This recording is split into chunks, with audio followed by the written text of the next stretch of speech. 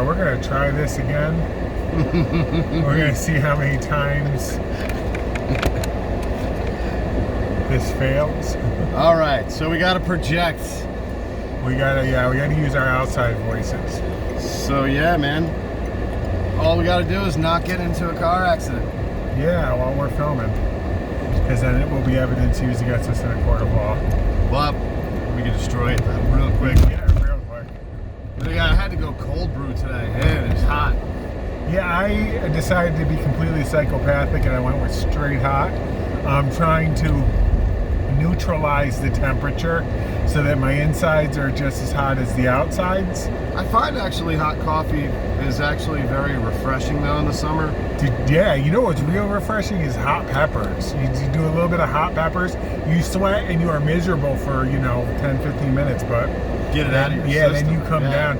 I mean, that's this. I think that's because it's the secret. Like, the equator is as hot as it is, south of the border, all that stuff. They eat peppers. Well, that's why, because it lowers your body temperature. South of the border, what's that? South Carolina? South Carolina, South Carolina peppers, tamales. That place isn't canceled That's yet? not a pepper, is it? Tamale? Tamale is a tamale is a thing. It's something you make. It's candy. It's candy, yeah. Oh yeah. So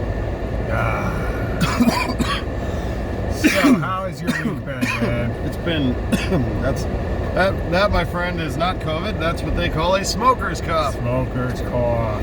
Well, pretty soon I might not smoke at all. I mean, basically, so I had this like medical thing going on and this little scare. So I'm like, I gotta quit smoking right away, and I did. And then I was like, I gotta cut down on the drinking, and I did. But then I realized all I really needed to do was take my blood pressure medicine. Yeah. So I'm like, you know what? I'm just gonna keep drinking and smoking. And so wait, now you did drink on your blood pressure medication. How did that turn out? well, let me tell you, there should be a warning on that bottle, and there wasn't. No, I mean literally, we're not even just saying like there ought to be, like there should have been one. Yeah. They should have put one on there. Like they put them on every blood pressure medication except yours. Because, I'm the type of alcoholic, like my friends, where if you read something that says, alcohol may intensify, and you're over here going, sounds good. Oh, so you read it. No, it didn't even say that though, It didn't even say that, this one. But like, a lot of things do, Well, so anyway, this is my 6th day of not drinking alcohol. Today? Nice, awesome. So tomorrow will be 1 week. Yeah, you know what? That means you will have experienced one of every day without drinking, and that's good. Because the next Monday's gonna be exactly the same as the first Monday. Well, I could tell you right now, I always kind of wondered about like people in AA and people in recovery, and when you see them like post something online and they're like, this is day 1012, and I'm like, wow, yeah. Why are you keeping track? Now you know. Now I know, because it fucking sucks, man. I want to drink more than anything. Oh, hell yeah. And that's the thing, man. I mean, it'll get worse before it gets better, but then it will get better. That's what everyone keeps telling me. But see, so I've told a few people, and now I'm telling everyone, because I don't care. Everything is content. Yeah, right? Everything is content. But that's a major statement right there. Everything is content. Well, look, I mean, when I was in the hospital, I was filming, But yeah, it's like, I'm just really saddened by it, because I wish I could have just been a normal person and, be able to just have a drink on Friday. But I've literally drank almost every day of my life. So yeah.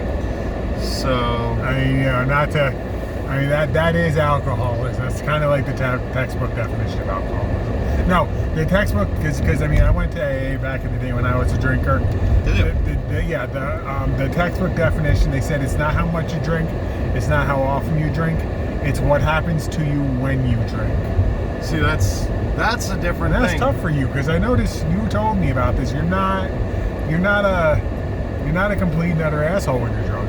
Nope, and it wasn't until recently that I even really drank heavy. Usually I'd have, a couple tall boys a night, which to me is not heavy drinking. That's like 4 little tiny beers. If you do the math. Right. Yeah, that's cute. It's cute. But lately I've been depressed and sad and stuff, and you know, so I realized I was using it as a crutch. Yep.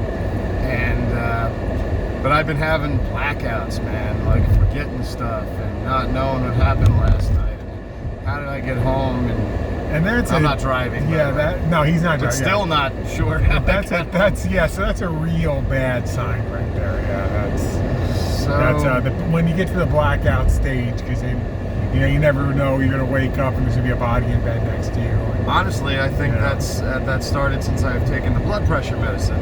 You've had a body in the bed next to you. Oh, not that. I was gonna say, man. I mean, that'd be your alibi, but this Alive it's kind of late maybe. right now. Like if you had told me a little earlier, you needed me to cover for you. But no, I mean that's been my week. It's been really adjusting, and it's crazy because like, I was expecting some of my friends to be like, ah man, like, are you serious? Like, you don't need that. And every single person, even my drug dealer, is like, like, wow, man, good for you, congratulations. See, so then that tells you what you need to know right there. When your drug dealer is congratulating you for getting off of a drug, like that says it all right there. Yeah. That says that you're doing the right thing. It totally sucks too, because, all right, so I mean, like, everything in moderation, really, I hear is all right. But I'm like, I was having this conversation with Art yesterday. I was like, but I'm always like, I need all of it. So like, that's the thing lately is like, if I have a 12 pack in my house, I need all of it. So that's why I would only get a 6-pack, or if I had. So you're not so you understand the behavior track is there. Yeah. You're like the inner monster of drinker that you are could drink a case, but you're just limiting how much you're bringing in. But if you brought the case in, you would drink it no problem. Well, maybe not a case, but you know what I mean? Like a case I could drink if I was on acid. See, that's what I'm saying. Like if you could take in all of the drugs, so maybe that's the reason why you really have to like. It's like you're dragging around an archangel. You know what I mean? And you got it by a little chain. So you need to strengthen the chain. So here's the thing that I'm sad about is like, so many of my friends I'd like to hang out and drink with them. Like, that's how we bond. Yeah. And I'm sure I actually went to a meeting myself the first night, day one, because I didn't know how I was going to sleep that night, and it was a Friday. And I'm like, ah, shit, I need to do something. So I called up this number, and they're like, how long you been drinking? I'm like, like pretty much every day for 30 years. And they're like, well, you need to go to an inpatient program for 30 to 90 days. And I'm like, that sounds like that would work. Ain't nobody got time for that. Yeah, like, I got a life, right. I got a family, I got a job, I got stuff to do. And it's like, I mean, are they just assuming everyone's unemployed with no responsibilities? Yeah, they call up. So like, I'm like, well, what's plan B? And they're like, no, really, that's what you need to do. You could go into convulsions, you have seizures and all this stuff. And I'm like, now I'm thinking they're just trying to, like, that's their sales pitch. Well, dude, you've been almost a week without it. So if you were gonna have convulsions, seizures, you would have had them by now. That's what I'm thinking. No, you would have been going through some shit by now. Right. So I think right now, like you're at the point right now where it's out of your system. You're probably at the worst part right now because it's out of your system. You're craving it, but you haven't had enough sobriety yet to have built some habits around it. Honestly, but that's coming. That's coming. I mean, oh, your prescription's ready. Oh, okay. Yeah, but it's like a weird thing. Like so anyway, I went to the meeting and everyone went around. They were really nice. I was the most important person in the room because I was, there. But I told my story and just what it was about, and it was very weird. Like I had to say it like this. I wasn't just like straight up like, "Hi, I'm Rob Smittix," because it's anonymous. Yeah. And I'm an alcoholic. I was like, "Hi, I'm Rob, and I guess I'm an alcoholic." You know what I mean? Did anyone like try to check you on? Oh no, you're definitely an alcoholic because you're here. Not this group. This That's group was cool. really That's cool, cool. and Actually, this one dude afterwards, he outside of the meeting, he was like, hey, like, you got a 90-day challenge. Try to get to a meeting every day for 90 days. I can't do that. I ain't got time for that. But I'm distracted enough. Actually, I mean, I could go to a meeting every day if they had them at 11 o'clock at night. Right, yeah, right. But he said, but part of that 90-day challenge, he goes, don't drink for 90 days. And then if you like it, maybe stick it out. He said, but if you don't like it, you saved up enough money so you can party your ass off. And I thought that was really that is cool. Funny That's that real. they had this like funny. sense of humor. That's funny and very cool. And then that ends up, guarantee you, man, that ends up getting a lot more people sober than we would think. And then one guy was telling me they give me a 24-hour chip. And I said, honestly, I don't even deserve this yet. It hasn't been 24 hours yet.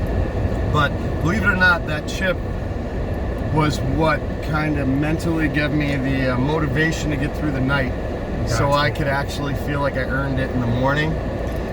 And then they were making a joke about the chip too, like how, you know, if it doesn't work for you, put it in your next drink and stuff like that. Yeah, right. So they really had a sense of humor about it. That's cool, man. That's cool, because I mean, you can't, like, that's the thing. I mean, I've seen a lot of people, and I've seen it myself, it's like a lot of people get militant when they quit, and it's like, it's not a winning strategy to get super militant, because all you're really doing is building up the stress, and then you build up so much stress. Like, anything you can do, man, to just knock down your stress anyways in life helps. And dude, quitting drinking is going to knock down your stress a little bit, because you had a lot of problems because of drinking. Not being a total asshole. No, you're right. And when you lectured me the other day, because you were the first one that,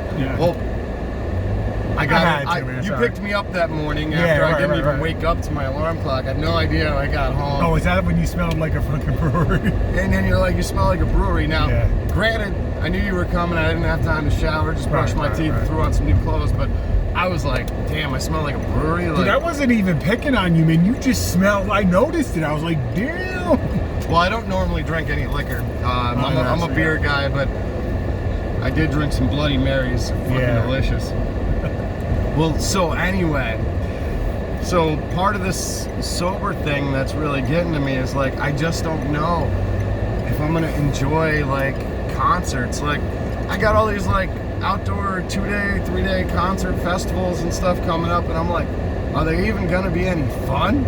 They will be, dude. Fun is. All right, I'll tell you this much, man. All right, so when I quit drinking, it was years ago. Not many years ago. I quit smoking pot a lot longer than I quit drinking. I quit that in 2007. Quit drinking in 2019. But I was only having a beer every 3 months. Like nothing like nothing problem drinking or nothing. But I quit cigarettes 7 years. So you think I'm not having fun at events because I wasn't doing anything. Right. So when the Radio X started having their concert series at the station, dude, I had a blast. Yeah, man. And I was on nothing. And that's when I first met you. Yeah. I was tripping on 6 hits of acid. Wow. Dude, everybody around me was smoking weed or doing something. Yeah. But I didn't care, because the thing is, what you get off on being a part of a social scene.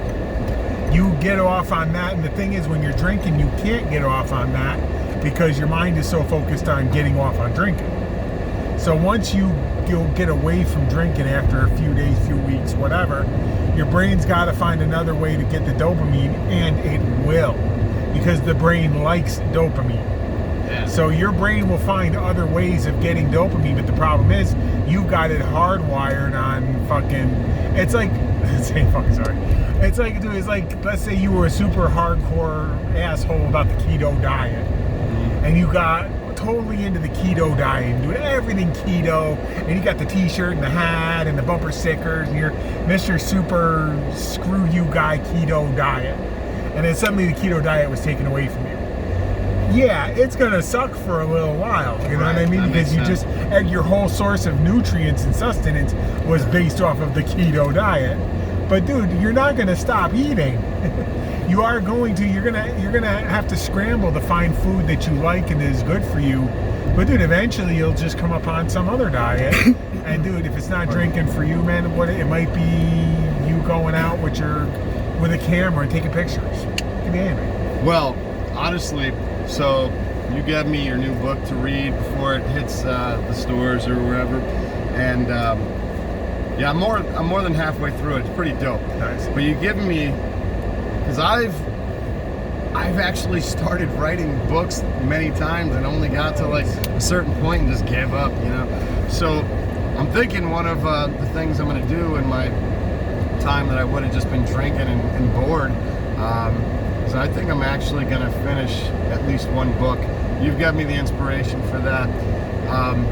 But I know like my new AA friends, right, are going to frown upon this, but I think I found a solution to the problem. I don't think I'm going to do it right away. But my thing is, until recently, because I've been sad and depressed, so I've been really going a little more into it. But usually, I don't like being drunk, honest to God. Right. A little buzz is nice, but for me, I'm a beer like connoisseur. Like, I just love the taste of beer. Yeah. Well, so You're talking about some non-alcoholic beer, right? So AA would frown upon that. Oh yeah, of course. And there's those little hints of alcohol in it. Well, they've solved that problem with a lot of beers. Now they actually have 0.0. It's like this, There's man. no alcohol. I mean, it's like this. Yeah, you like the taste of beer. Is it gonna be, you know, a little too much one day? Because remember, man, you're gonna get sad and depressed and shit over life when you ain't drinking. And then you're gonna have that, well, I'm only gonna have this one. Dude, it's just something my grandfather said about smoking cigarettes, because he smoked 4 packs a day and then quit cold turkey. He told me, he's like, don't build bridges back. And I feel like what you're saying, that non-alcoholic beer, you're building a bridge back to drinking, like the same way, like I'm a non-smoker, but now I have a lighter in my house, I'm building a bridge back to smoking. Yeah, I agree with that. Because it's like this, if I want to smoke a cigarette and I find a cigarette on the ground and I'm like, you know, well, fuck it, screw this whole life thing, I'm going to have a cigarette. Well, if I ain't got a lighter, guess what? I can't smoke a cigarette. Or it's harder to smoke a cigarette. So the harder you can make it for yourself to drink, the better. Because that way you have a lot of things stopping you, giving you a second to reflect and say, do I really want to do this? I've never been orthodox with anything, right? So I don't even know. I mean, I've only gone to the one meeting, the one night, because I didn't know I was going to sleep. You know, and I thought it was great. I thought the people there were great. They've been going for years and years, like, and they're like, you know, and I don't actually get it. Like, and I'm not saying the right or wrong, but I've always wondered about this, and I still do to this day. Like, if you've been like alcohol free for like 10 years, a whole decade, why are you still saying, hey, I'm an alcoholic? Can't you actually say, I was an alcoholic? Dude, because the moment they have one beer, they will fall right the fuck back in. But what if they don't? Back, yeah, but if they do, what I'm saying is, dude, you think, like, let's say you quit drinking for 3 years, and you have a margarita or a Bloody Mary 3 years from now. Right. You could end up just passed right out just as soon as you were before. Yeah. You go right back into it. Dude, that's the thing. Can't there be a time where you were an alcoholic, and then you weren't, and then maybe you were again? It's semantics. I mean, yeah, they could say I was an alcoholic, but I'm not. Dude, the moment you have another drink, you're an alcoholic again. So. Well, I mean, I had a drug problem at one point. It's like I'm this. not currently saying, hey, I'm an addict. Are you allergic? I used to have a drug problem. Are you allergic to peanuts if you haven't had a peanut in 6 years? You're still allergic to peanuts. But that's different. Not really. That's kind of the point. I don't know. That's what they say. I'm not trying to tell that to you. I'm just saying that's what they would say. I'm not saying they're right or wrong, or I have a valid point at all. I'm just saying, like, man, like, if it was me and I had like 10 years under my belt, I don't even know if I'd still go to the meetings. I think I just live my life. I think some people can do that. Like, I don't drink and I don't go to meetings. I just don't. you got to get to a point, at the very least, you got to get to a point in your life where you go most days, almost all days, you don't think about drinking at all. Like, it's just foreign to you, the idea of going and grabbing a drink. And also, you got to realize too, man, when you quit anything, drinking, drugs, whatever, you know, your body's going to find a substitute. Like, my substitute was food. Look at me. So, you know what I mean? Like it's going to find a substitute. Yours could be work. And then suddenly you ain't home for nothing. You ain't got no time for nothing. Right. Because you're just substituting one for the other. You got to work on all that hardcore, deep down shit that got you drinking in the first place. Yeah, see, I know everyone has that hardcore, deep down stuff that they talk about, and they want you to come up with, like, you know, what was it? I like the taste of beer. Oh, That's what it was. Dude, it doesn't have to be like some deep, dark, you got beat when you were a little kid. It doesn't have to be like that. Dude, it could be like you had a good time when you first drank a beer. That's what it was. It really could be. It could be that. It was a good time, and I fucking miss it. Yeah. And I want to be able to do it. But dude, just trust me when I tell you a couple weeks, you're still in that, what I call the 3-week period. Give yourself a couple more weeks. Once you're in that past that 3 week, your brain will start finding other ways to amuse itself. And you will think of drinking less. Because your brain will just have other shit going on. Well, I mean, I'm still smoking weed, but it almost feels pointless. Yeah. Everything kind of feels pointless to me now. You're in, dude, when you first do it, it's called the pink cloud, but then that cloud gets real fucking muddy real bad. It gets real muddy. So, like, you're probably getting to that muddy cloud part, you know, but dude, then it clears up. So, yeah, I wouldn't worry too much about it. Yeah, everything's gonna suck dude, I always tell people, no matter what you quit, everything's gonna suck for the first 3 weeks. Yeah. Yeah, of course. Yeah, I know. Well, if you got any advice or anything, drop it in the comments. Yes, please do. Help Rob. Honestly, I hate when people tell you to give us a like and a share and subscribe. No. Like, just do that shit. Like, should I have to tell you? Yeah, you shouldn't have to be asked, yeah. Like, who else is giving you, like, fun, exciting, educational Who else is opening their heart up to you right now? This guy right here. Yeah. I'll give it to you raw, baby. So yeah, that's some deep stuff right there. Yes. Deep thoughts. There's some stuff that I kind of wish I could edit out some F'ers, but oh well. Dude, like I said, we're not in syndication. We are not even close. No. We just started this YouTube channel. We're like way behind. I wish we would have thought of this like a decade ago. But nevertheless, if you're at home, you can download this video and then you can bleep out the F's. Yeah. If you'd like to. If you want a quality, good, wholesome family experience. I don't trust anyone that doesn't say the F word. Me neither. I mean, it's just a natural, like, if you really feel strongly about something, it's going to come out. That's why, like, I've always been, like, religion kind of is weird to me. You know, everyone's got their different things about it and stuff.